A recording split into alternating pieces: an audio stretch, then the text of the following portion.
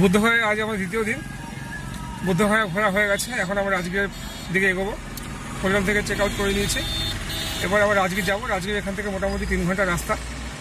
তার মধ্যে আপনাদের একটা খুবই আকর্ষণীয় একটা ইন্টারেস্টিং একটা জিনিস দেখাবো আপনাদের রাস্তা যেতে যেতে। তো চলুন এবার এগিয়ে যাই, সামনে যেতে যেতে আবার কথা বলবো আপনাদের সঙ্গে।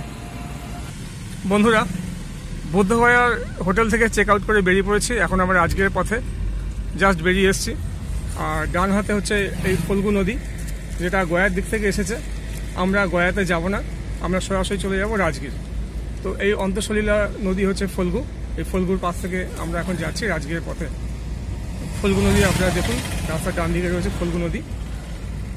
নদীতে জল নেই বললেই চলে, পুরো শুকনো নদী, বালি রয়েছে কিন্তু বেশ খানিকটা চওড়া। আর দূরে একটা পাহাড় দেখা যাচ্ছে, পাহাড়ের শ্রেণী দেখা যাচ্ছে। তো আমরা হয়তো ওই দিক থেকে যাব। তো দেখা যাক, যদি যাই ওই দিক থেকে তাহলে আপনাদের কাছ থেকে আরও পাহাড়টা দেখাবো। পাহাড়টা দূর থেকে তো ভালোই লাগছে। এই মুহূর্তে এই রাস্তা একটু ট্রাফিকের চাপ রয়েছে, লোকাল রাস্তা, তো অটো টোটো খুবই চলছে আর কি। তো আপাতত একটু ড্রাইভিংয়ে মন দিই, ওইদিকে একটু ফাঁকায় গিয়ে তারপর আপনাদের আবার দেখাবো বা আপনাদের সঙ্গে আবার কথা বলবো। তো আমরা এখন ফল্গু নদীর ব্রিজ পার হচ্ছে। এই যে দেখতে পাচ্ছেন, এটা হচ্ছে ফল্গু নদী, দেখা যাচ্ছে এটা ফল্গু নদী। ফল্গু নদীর ব্রিজ পার হয়ে আমরা যাচ্ছি। একটু আগে বেশ একটু একটা মোড় ছিল, সেই মোড়টায় বেশ ক্রাউড ছিল, ট্রাফিকের জ্যাম ছিল বেশ খানিকটা।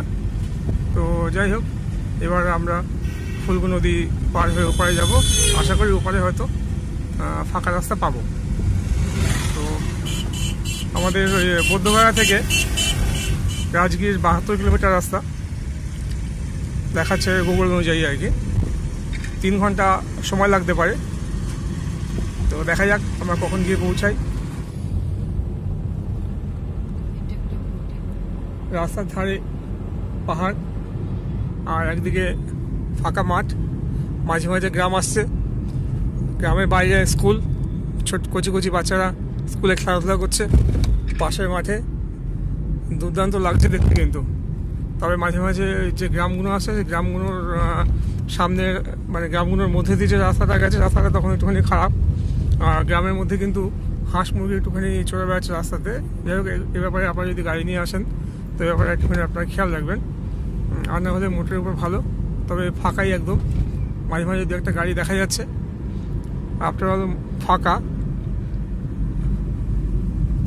মাঝে মাঝে কিছু গ্রাম ট্রাম আসছে।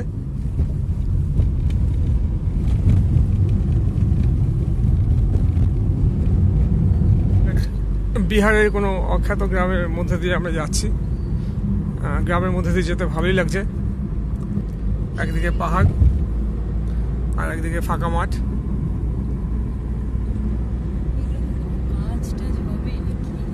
হ্যাঁ, কিছু একটা পাইপ টাইপ নিয়ে এসছে তো।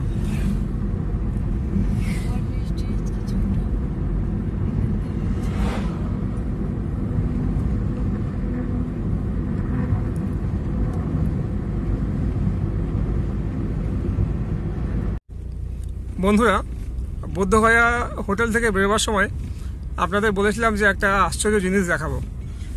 এবার সেই জিনিসটা দেখানোর সময় চলে এসেছে। আপনারা অনেকেই হয়তো মানঝি দ্য মাউন্টেন ম্যান সিনেমাটা দেখেছেন সেলুলয়েডের পর্দায়, সিনেমার পর্দায়। কিন্তু সেই যার জীবনের উপর বেস করে এই মুভিটা তৈরি করা হয়েছিল, সেই দশরথ মাঝির তৈরি করা যে রাস্তাটা, পাহাড় কেটে তৈরি করা রাস্তাটা, আজকে আমরা সেই রাস্তার মধ্য দিয়ে যাচ্ছি।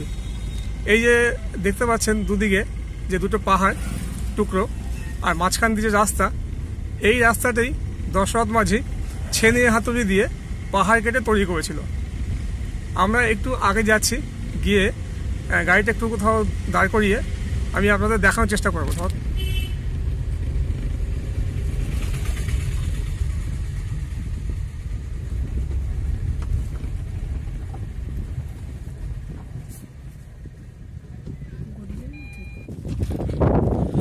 বন্ধুরা, বাংলা ইউটিউব চ্যানেলে এই প্রথমবার হয়তো, কারণ এর আগে আমি ইউটিউবে সার্চ করে দেখেছি যে দ্য মাউন্টেন ম্যান যে সিনেমাটা হয়েছিল, তার যে জায়গাটা যে জায়গাটা, যে পাথরটা কেটে উনি রাস্তা বানিয়েছিলেন, সেই রাস্তাটা আমি ইউটিউবে সার্চ করে দেখেছিলাম যে বাংলায় কিন্তু ইউটিউবে কোনো ভিডিও আমি পাইনি। তো আমার মনে হয় বাংলা ইউটিউব চ্যানেলে এই প্রথমবার দশরথ মাঝির যে রাস্তাটা, উনি যে রাস্তাটা কেটে তৈরি করেছিলেন, সেই রাস্তাটা দেখানোর চেষ্টা করছি যে উনি কিভাবে এই রাস্তাটা বানিয়েছিলেন। এই যে আপনারা দেখতে পাচ্ছেন, এইদিকে একটা পাহাড় আর এইদিকে এইদিকে এই যে দুটো পাহাড়, এই পাহাড় দুটো কিন্তু জোড়া ছিল, বড় একটা পাহাড় ছিল। তো মাঝখানে এই যে রাস্তা দেখতে পাচ্ছেন, এই রাস্তাটাই দশরথ মাঝি ছেনি হাতুড়ি দিয়ে কেটে রাস্তাটা বানিয়েছিলেন। উনি রাস্তাটা কেন বানিয়েছিলেন, যারা আপনারা সেলুলয়েড সিনেমাটা দেখেছেন তারা সবাই জানেন, আর যারা জানেন না তাদেরকে আমি সংক্ষেপে একটু বলে দিচ্ছি যে দশরথ মাঝির পরিচিতিটা আর দশরথ মাঝির যে এই রাস্তা বানানোর যে ইতিহাস, সেই ইতিহাসটা একটু বলে দিচ্ছি। জায়গাটা কিন্তু অসাধারণ, ভিউটা কিন্তু অসাধারণ।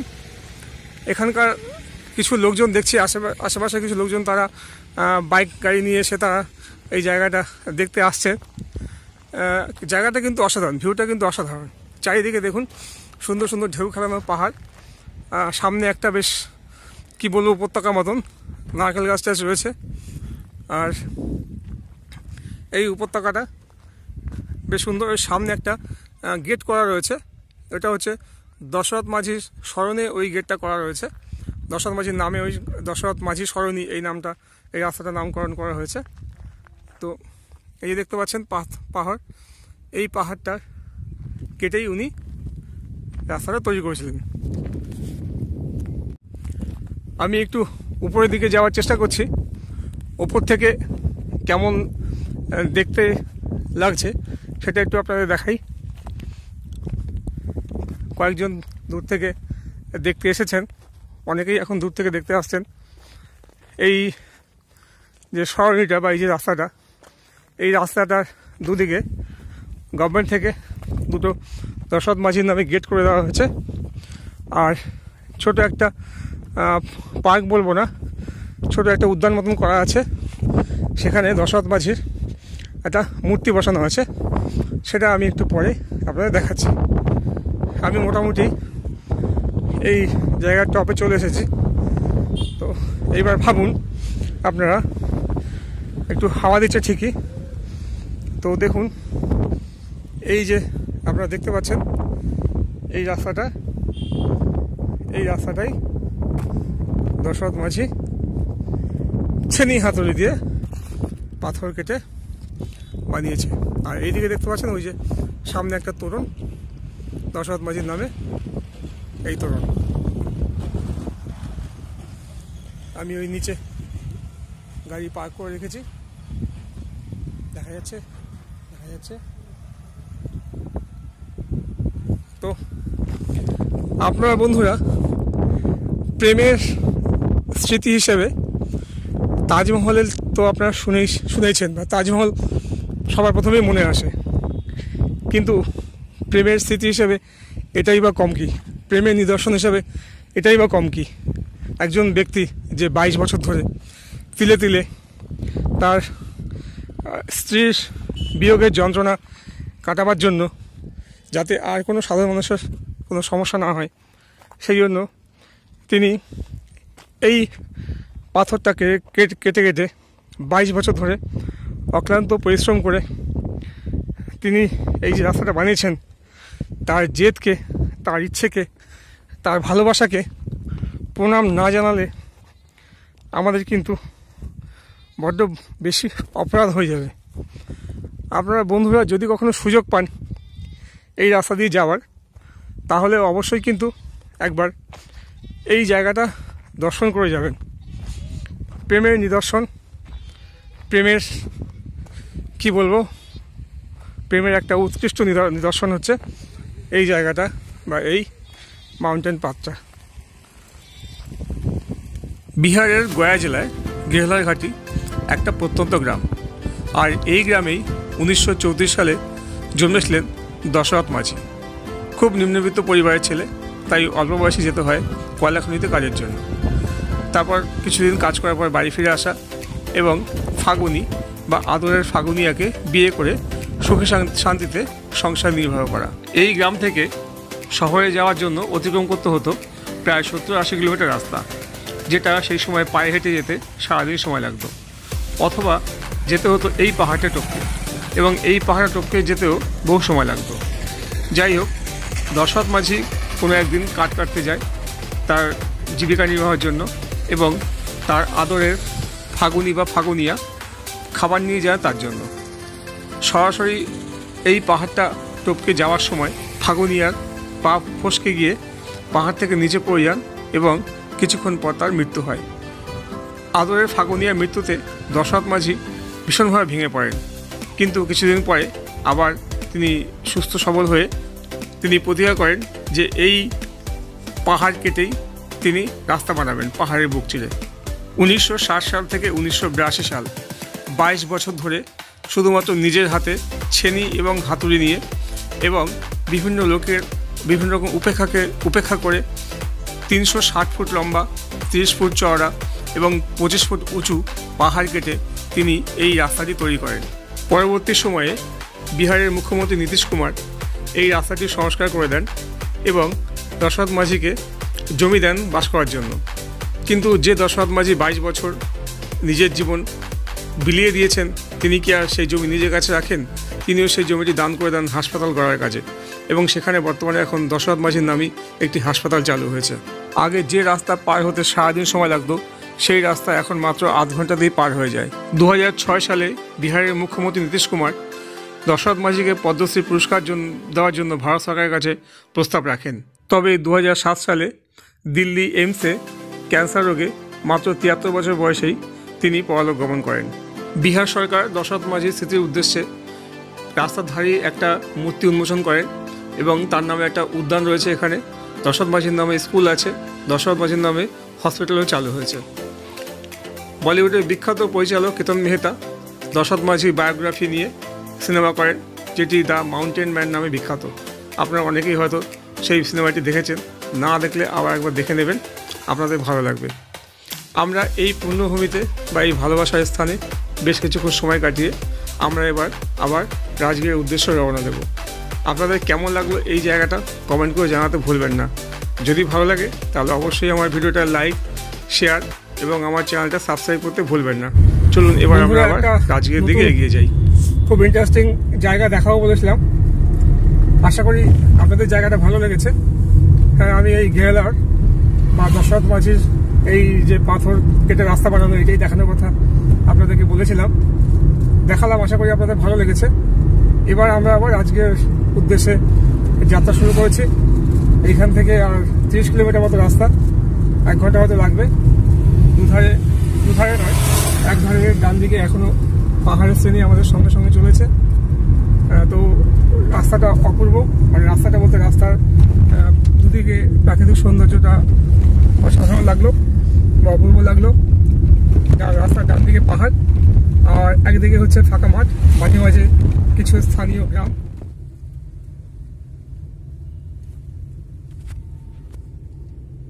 এতক্ষণ আমরা পাহাড়টাকে ডান দিকে রেখে তারপর সামনের দিকে এগিয়ে যাচ্ছিলাম, কিন্তু পাহাড়টাকে টপকানোর পর পাহাড়টা এবার বাঁ দিকে চলে গেছে।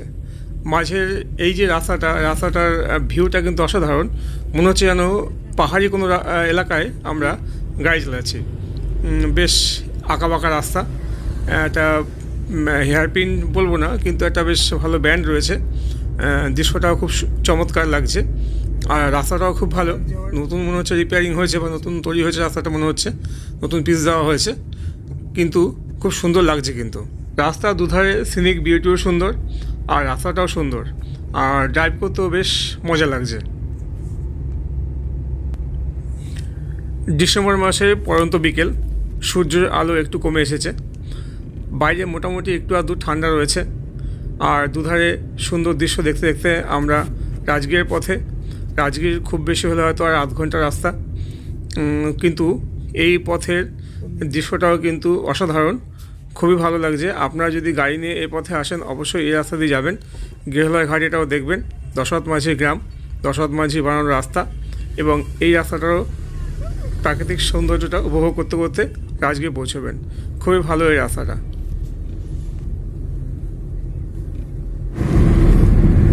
এবারে পাহাড়টা আবার চলে গেছে রাস্তা বাঁহাতে। রাস্তাটা এখানে আবার অসাধারণ সুন্দর, ফাঁকা মাঠের মধ্যে দিয়ে রাস্তা। আপনারা দেখতেই পাচ্ছেন যে খুব সুন্দর অসাধারণ রাস্তা, আর ড্রাইভিংটা দারুণ মজার হচ্ছে এখন। আর রাস্তা একদমই প্রায় ফাঁকা, মাঝে মাঝে দুই একটা গাড়ি দেখা যাচ্ছে, বাট মোটের উপর একদমই ফাঁকা। আর দূরে খুব হালকা একটা পাহাড়ের রেঞ্জ দেখা যাচ্ছে, ধোয়া ধোয়া। মনে হচ্ছে ওইটাই ওই রাজগীরের পাহাড়ের অংশ হতে পারে, যদিও রাজগীর এখান থেকে এখনও প্রায় বোধ হয় 14-15 কিলোমিটার মতো হয় কি। তো কাছাকাছি চলে এসেছি। আর রাস্তার বাঁদিকে পাহাড়, আপনারা দেখতেই পাচ্ছেন ভিউটা অসাধারণ ভিউ। আর একদিকে ফাঁকা মাঠ, রাস্তার ধারে তাল গাছের সারি, তাল গাছ এক পায়ে দাঁড়িয়ে।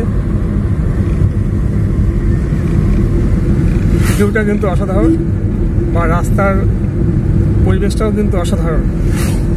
আপনারা দূরে পাহাড় দেখতেই পাচ্ছেন, দূরে নয় একদম পাশেই। আমরা পাহাড়ের পাশ দিয়ে যাচ্ছি।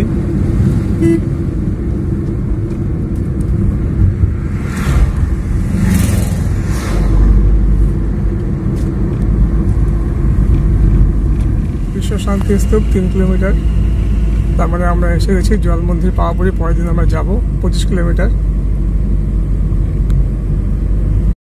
বন্ধুরা, বুদ্ধগয়া হোটেল থেকে বেলা 12টা চেক আউট করে আমরা 1 ঘন্টা গেরুলয় ঘাটি বা ওই দশরথ মাঝির যে রাস্তাটা, ওই রাস্তাটা সময় কাটিয়ে আমরা বিকেল 5টা সাড়ে 5টার মধ্যে রাজগীরে পৌঁছেছি।